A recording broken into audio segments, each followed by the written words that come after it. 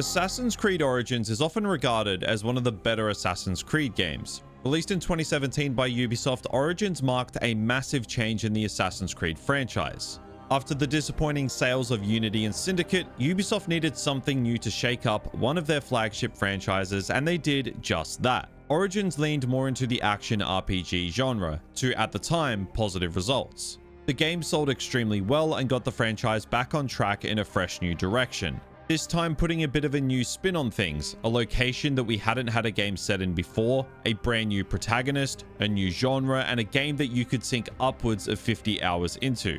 Origins overall marked a massive shift in the direction of Assassin's Creed as we know it. Now, despite its positive reception and excellent sales, Ubisoft basically took a good thing with Origins and then beat it into the ground with its next two installments, Odyssey and Valhalla, adopting those genre-altering changes Origins took on, but going too far with it, leading fans to beg Ubisoft to hit the reset button once again and stray away from the action RPG formula that saved a declining franchise in the first place. Because of this, people look back on Assassin's Creed Origins in interesting ways. Some see it as the savior of the franchise and one of the better, if not best, AC games. Some see it as the game that is ultimately responsible for where we are now, that has fans desperately begging for another franchise reset. I don't think it's as tribal as that though. I believe both are true, which makes this game so interesting. So I've wanted to cover Assassin's Creed Origins since before I even started this channel. It was one of the first things I wrote down when I created this channel that I wanted to eventually get to. So I decided it's 2025, Assassin's Creed Shadows comes out this year. It's time to revisit Assassin's Creed Origins. Is this a gem of a game that shouldn't be grouped in with the decline of the franchise, or does it deserve to be amongst the Ubisoft hate? I plan to answer that question in this video. So we're going to take a deep dive retrospective look into the story, the characters, the gameplay, and the world of Assassin's Creed Origins to find out.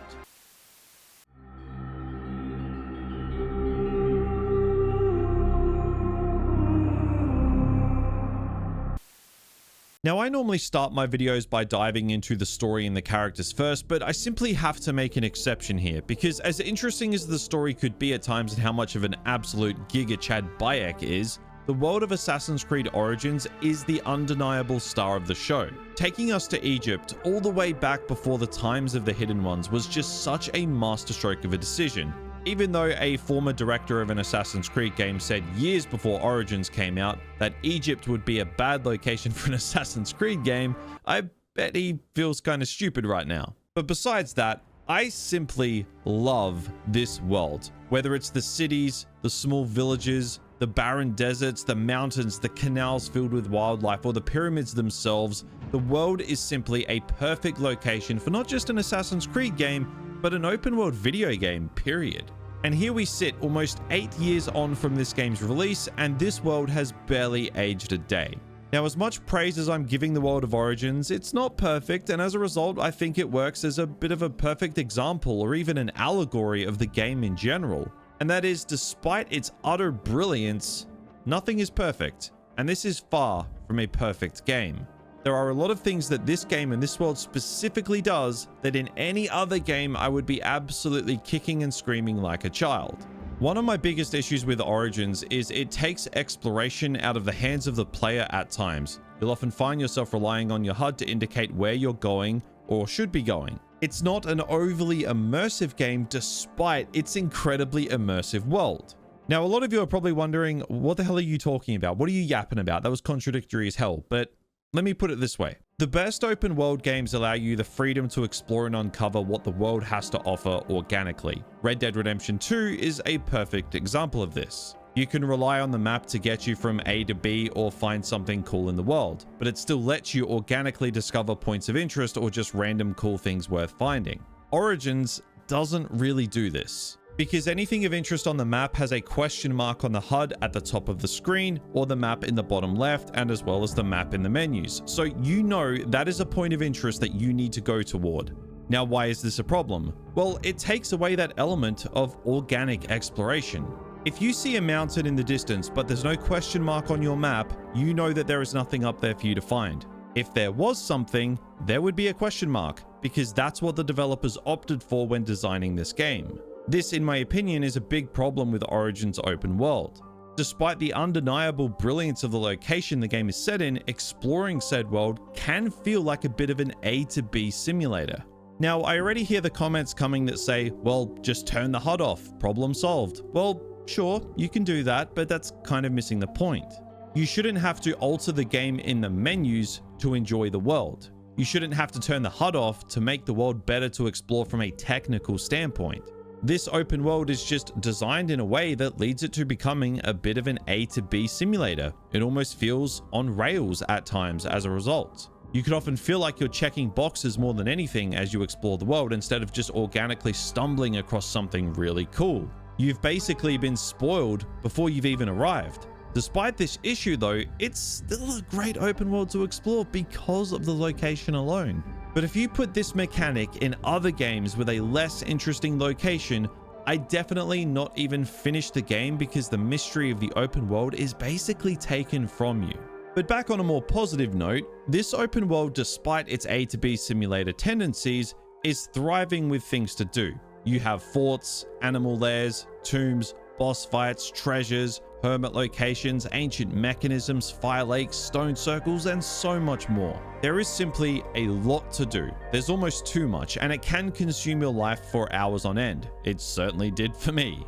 Now, a lot of this side content is formulaic Ubisoft at its most basic, but I'm not going to sit here and act like all the world activities and side content are bad and are just locations in the world to pad out runtime, because it's just not like that. I know people love to act like literally anything Ubisoft do in their open worlds is just a waste of time with no substance, and whilst people have grounds to believe that given their recent track record, Origins has a lot in the way of its world activities that actually do have substance behind it. For example, one complaint a lot of people have in the main story of the game is it doesn't really flesh out Bayek and his son's relationship, but the Stone Circle activities spread across this open world directly help with that. These serve as more than just a world activity for XP. It fleshes out Bayek and his son's relationship directly. And in turn, it just makes Bayek a better character. This is a good example of world activity serving the story and protagonist, and it's a great activity to have in an open world. Now, side content in Origins in general is probably a mixed bag overall, and to piggyback off the point I just made about enriching Bayek as a character through the world, side missions kind of do the same thing. Whilst a large chunk of the side missions in Origins are definitely skippable, to put it lightly, there are some that really do bring to the forefront just how cool of a guy Bayek is. There's a side mission where a group of kids follow you around and you perform leap of faiths for them. Now, I originally thought this was just a weird idea for a side mission, but when you stop and think about it, it just makes Bayek even more endearing. He's a battle-hardened magi on a quest for vengeance. But when kids are involved, he turns into the cool uncle. You get glimpses of that in the story, but you get an entire side mission honing in on that very thing, which I think is really good. So that's a good example. But as I said, some of the side missions spread across the world are still formulaic Ubisoft side missions that are honestly there only to grind XP and have little to zero substance behind them at all. There really is a lot of checking boxes to be done, and some of it is a fun grind, like the fire lakes or the stone circles, but some things are just exhausting and are carried by the world itself to make you not want to bang your head against your desk. In a less interesting location than Egypt, this type of world design seen with Origins, there is simply no way I could ever finish that game through.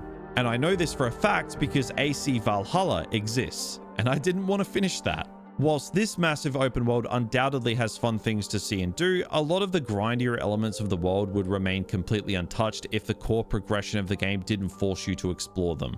And that is something that I'm going to touch on a little bit more in part 2 of the video. But for me, this open world is kind of the best and the worst thing about the game. It's beautifully put together. It's immersive when the map isn't spoiling the game for you. It thrives in the moments the period was seemingly tailor-made for, such as searching tombs with nothing more than a torch, or scaling the pyramids or crossing the deserts of Giza.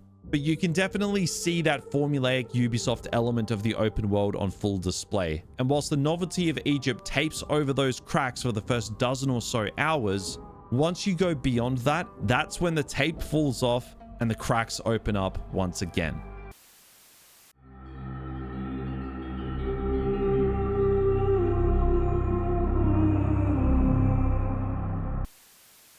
The gameplay of Assassin's Creed Origins is one of the more interesting aspects, as this game massively refreshed the very approach of the gameplay synonymous with the Assassin's Creed franchise.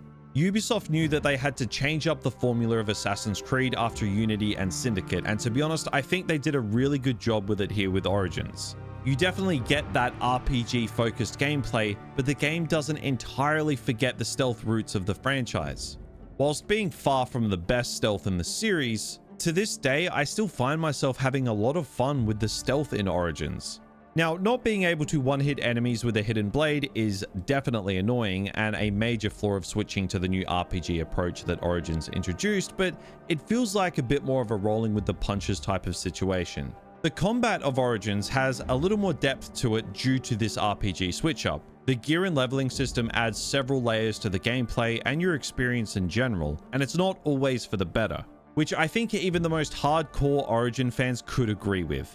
The leveling system in this game is honestly one of my biggest issues with it. Quite often, the gameplay loop of Origins is basically as follows. You do a main story mission, but then you accept your fate that you're drastically underleveled to do the next one, and then you spend hours doing at times laborious side content in order to have the appropriate level, so you don't get one-tapped by the same enemy type that you literally killed in one shot in the last story mission. That's Origins in a nutshell. The core time spent in this game is slugging through mixed bag side content to ensure you're leveled up enough to progress through the main story. And your gear has to be appropriately leveled up to go alongside it, and of course along with your XP in the skill tree.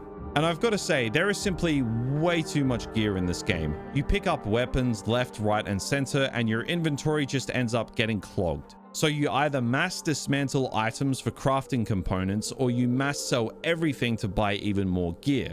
Now, don't get me wrong, I don't mind the RPG mechanics brought to life in the progression here, but going back and playing the game again almost 8 years on from release, it certainly does feel like a dev team playing around with a new idea as a bit of a proof of concept, which, to be fair, that's kind of what Origins is.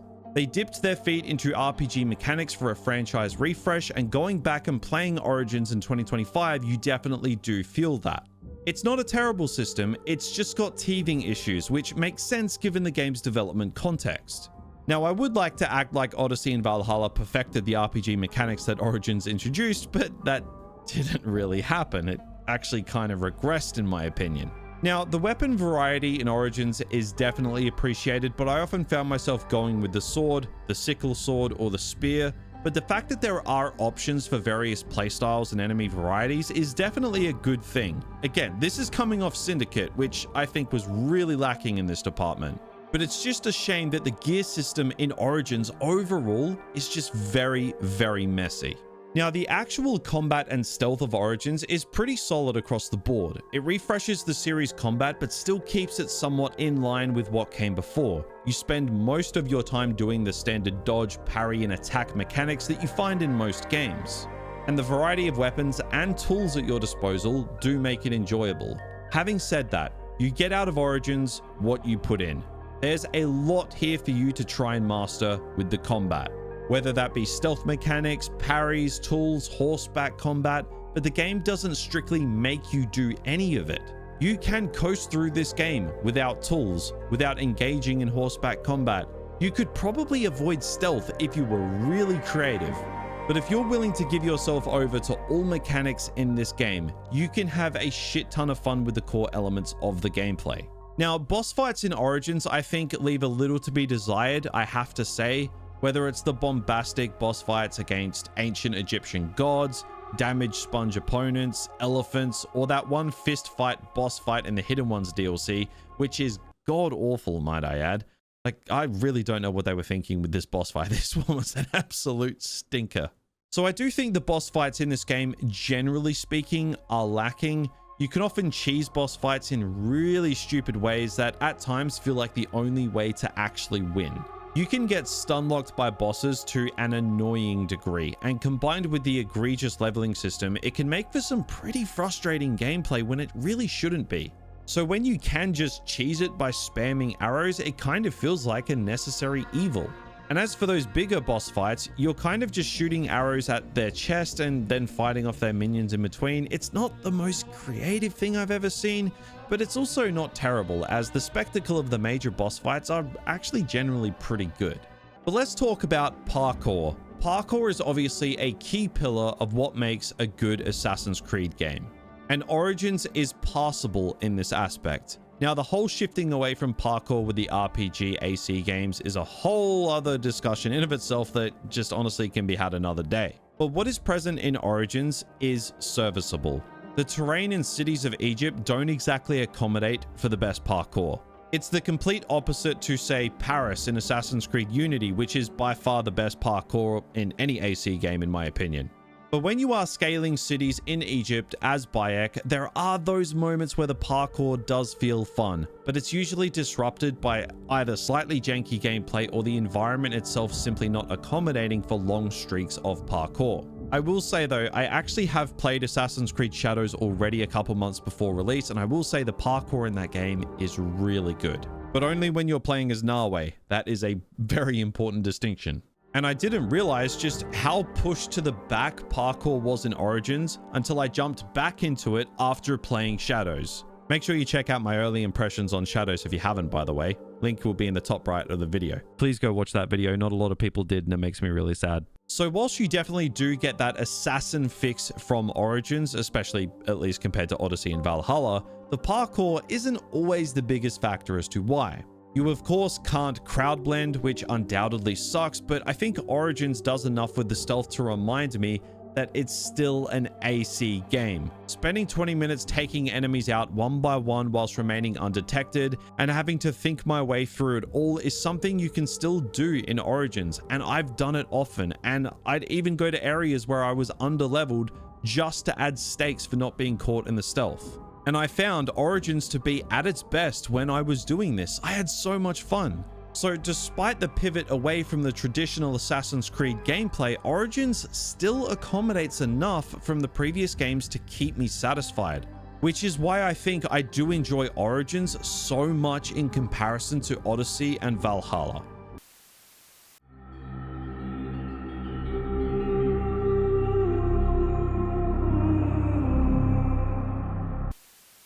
So the story and characters of Assassin's Creed Origins are a bit of a mixed bag, and I may be going against the general sentiment here, but I think the story of this game is lacking just a little bit. It's definitely not bad, don't get me wrong, but I feel like it left a lot on the table and a little to be desired.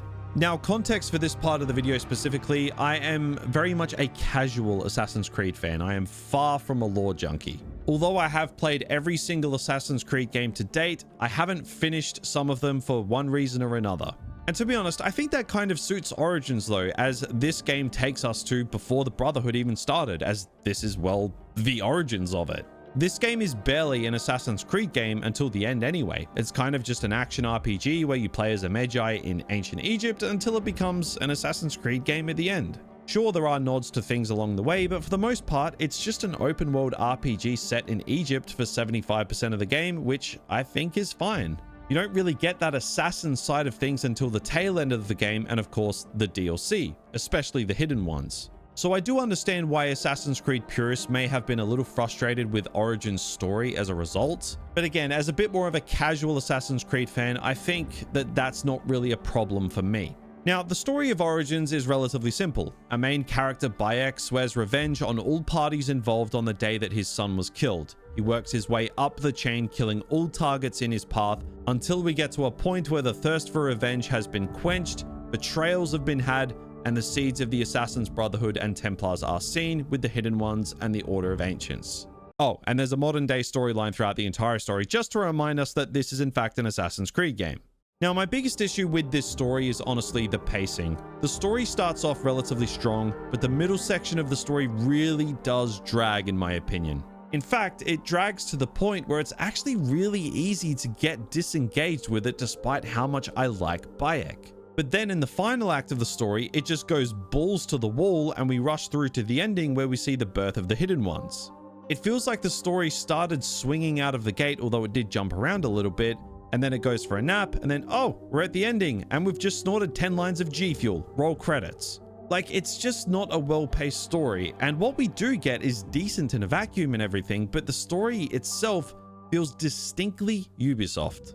It lacks that gravitas and nuance akin to some of the better storytelling we've seen across games like The Witcher 3 or Red Dead 2. And yes, I will hold it to that standard. I have high standards, and that's okay. Now, I do like the general setup for this story. Like, just this alone is more than enough to get me on board. You are the Magi from Siwa. I thought Magi was supposed to protect the Pharaoh. I am Magi to no Pharaoh. You see this? I can read my own name, Nat.